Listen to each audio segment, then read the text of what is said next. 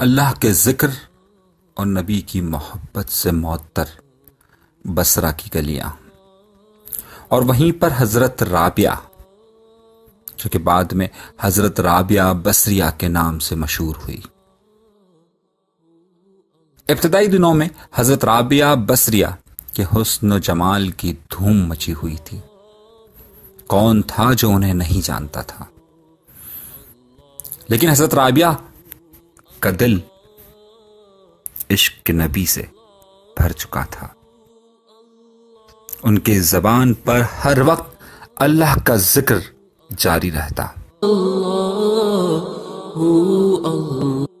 جوانی کے شب و روز انہوں نے یاد الہی میں گزار دیے، اللہ کے ورد میں۔ ان کے چہرے پر پاکیزگی کا ایسا نقاب تھا کہ دیکھنے والوں کی نگاہیں خود بخود جھک جاتی تھیں۔ کون تھا جو بصرہ میں ان کو نہیں جانتا تھا؟ اسی زمانے میں ایک نوجوان نے انہیں رات کے وقت ایک قبرستان میں چاند کی طرح دمکتے دیکھا۔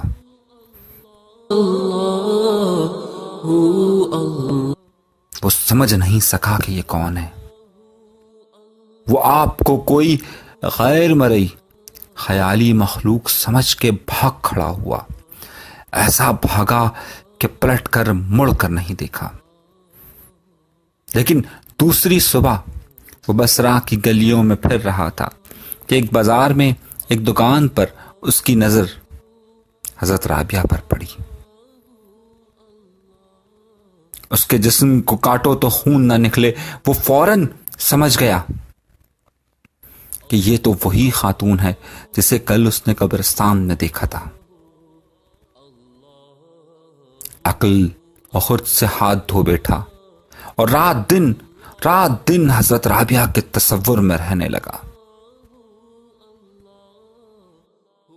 اور آخر دل کے ہاتھوں مجبور ہو گیا تو لوگوں سے پوچھتا پھرتا تھا کہ آخر یہ عورت ہے کون۔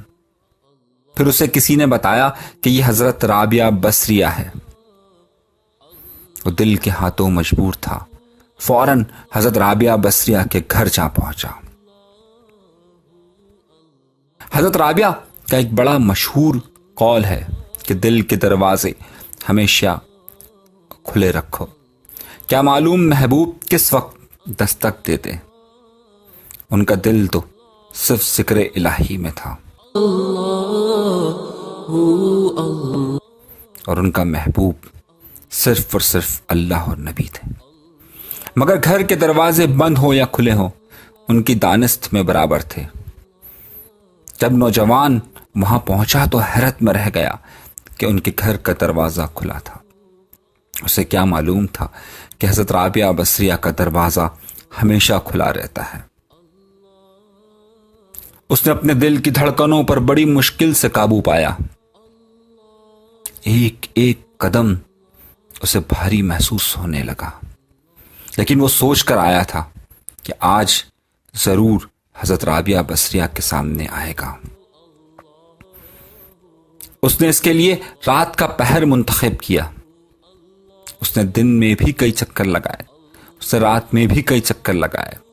اسے محسوس ہوا کہ دن ہو یا رات حضرت رابعہ بصریہ کا دروازہ ہمیشہ کھلا رہتا ہے۔ وہ لوگوں سے خائف تھا، ڈر گیا۔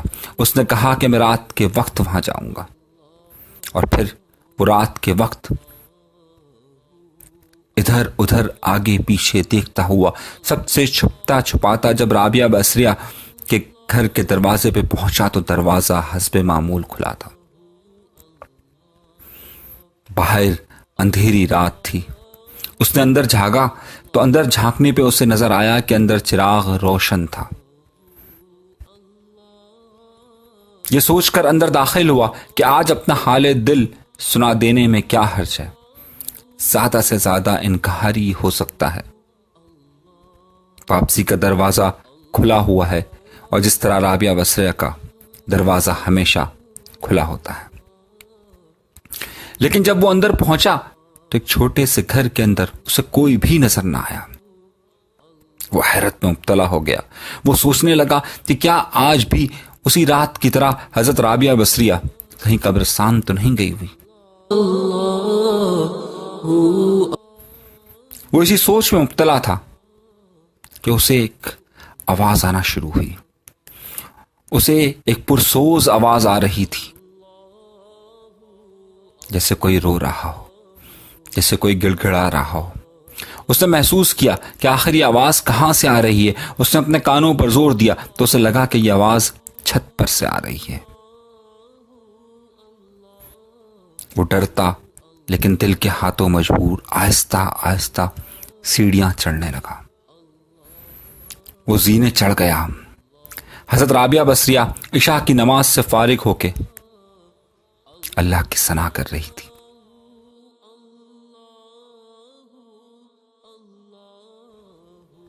وہ کہہ رہی تھی، پروردگار، اے دو جہاں کے مالک، ستارے روشن ہو گئے، لوگ سو گئے، بادشاہوں نے دروازے بند کر لیے، ہر محب اپنے محبوب سے محو راز و نیاز ہے، اور میں تیرے سامنے کھڑی ہوں۔ نوجوان یہ سن کر سکتے میں آ گیا۔ اسی اثنا میں حضرت رابعہ بصریہ نے پلٹ کر اسے ایسی قہر آلود نظروں سے دیکھا کہ اس کی زبان گنگ ہو گئی۔ رابعہ نے اس کے قریب آ کر پوچھا کہ جیسے وہ سب کچھ جانتی ہو، کیا تم مجھ سے شادی کی درخواست کرنے آئے ہو؟ نوجوان نے لرزتے ہوئے ہاتھ سے اپنی زبان کی طرف اشارہ کیا کہ وہ بول نہیں سکتا، جیسے کسی نے اس کی زبان چھین لی ہو۔ اس پر حضرت رابعہ بصریہ کا اتنا اثر ہوا کہ اس کی زبان پر جیسے تالے لگ گئے ہوں۔ حضرت رابعہ بصریہ نے کہا، اس سے پہلے کہ زبان کی طرح تیرا دل بھی چپ ہو جائے تو جس راستے سے آیا ہے اسی راستے سے لوٹ جا۔ نوجوان زبان سے کچھ نہیں کہہ سکتا تھا۔ نوجوان صرف آنکھوں سے التجا کر سکتا تھا کہ نئے خاتون، میری گویائی مجھے واپس دے دے، میں تیرے مرتبے سے واقف نہیں تھا، مجھ سے غلطی ہوئی، مجھے معاف کر دے۔ لا علمی ہمیشہ قابل معافی ہوتی ہے۔ جیسے وہ بار بار درخواست کر رہا ہو کہ جیسے اس کی زبان واپس آ جائے۔ اس کی زبان بند ہو گئی تھی، پاؤں کپ کپا رہے تھے، اس کی آنکھوں سے آنسو جاری ہونا شروع ہو گئے۔ حضرت رابعہ بصریہ نے کہا، نوجوان، تو نے اگر مجھ سے کوئی زیادتی کی ہوتی تو میں تجھے یقیناً معاف کر دیتی۔ میں نے خود کو بہت پہلے اپنے رب کے حوالے کر دیا تھا۔ اب یہ معاملہ تیرے اور رب کے درمیان ہے۔ معافی مانگنا ہے تو اس سے مانگ۔ تو صدقے دل سے توبہ کرنے کا ارادہ کرے تو شاید توبہ کی خاطر تیری زبان کھل جائے۔ یہ کہہ کر وہ نماز کے لیے کھڑی ہو گئی۔ نوجوان بھی بے اختیار سجدے میں گر گیا۔ وہ رو رہا تھا، نہ معلوم کب تک روتا رہا۔ جب اسے ہوش آیا تو زبان کھل چکی تھی اور توبہ توبہ کا ورد کر رہی تھی۔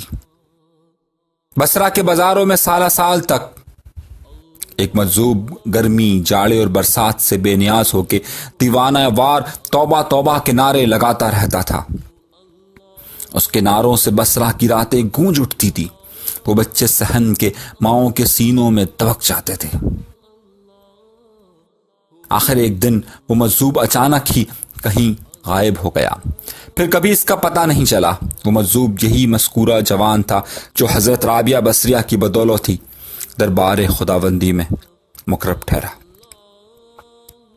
یہ واقعہ سیرت حضرت رابعہ بصریہ کے صفحہ نمبر 41 سے لے کر 45 تک موجود ہے۔ اگر آپ اسی طرح کی معلومات چاہتے ہیں تو ہمارا چینل ضرور سبسکرائب کریں اور اپنی رائے بھی ضرور دیجیے۔